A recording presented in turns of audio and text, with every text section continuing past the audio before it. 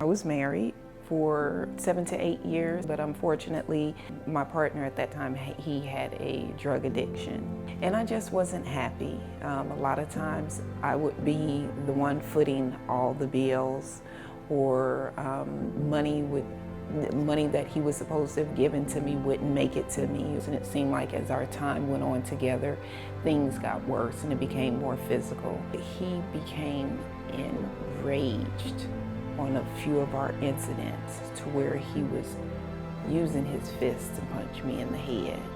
Or if I had fallen down and tried to get back up, he would kick me back down and tell me that's where you need to stay. There was a time where he had strangled me. And there was one time I lost consciousness and I ended up having to go to a domestic violence shelter. And I remember sitting on the side of the bed and asking myself, what are you gonna do? I knew it was time for this to end, or I wasn't gonna be around, or if I had even came out of it, I wasn't gonna be that same person. It was like pieces, I could feel pieces of me dying and just slowly fading off.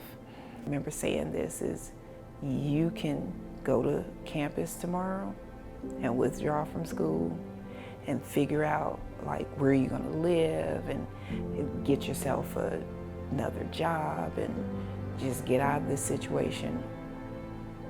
Or you can continue with this track of finishing and getting your degree. I have been out of school for 22 years. And I just felt like I can't put this off anymore. And from that moment on, that's when I said, nothing is going to stop me. And so I got up the next day and I went to class. I've never been through a divorce, so I didn't know what to do. And someone had suggested that I call legal aid. Barbara Gunlarty was just there throughout this process with me. And I just felt so comfortable and I felt so empowered. And she walked me through, once he got out of the home, okay, do you need your locks changed? Is he able to get access to you? Do you have, your phone nearby? Make sure it's always charged. Make sure you have that order of protection.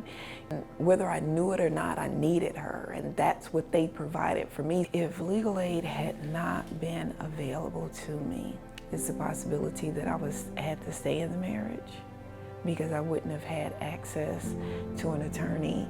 I may have had to drop out of school because then I would have had to work, not only to pay bills, but now to try to save money to pay an attorney. And so they provided services I don't ever think I can repay them for. I have been divorced 4 years now.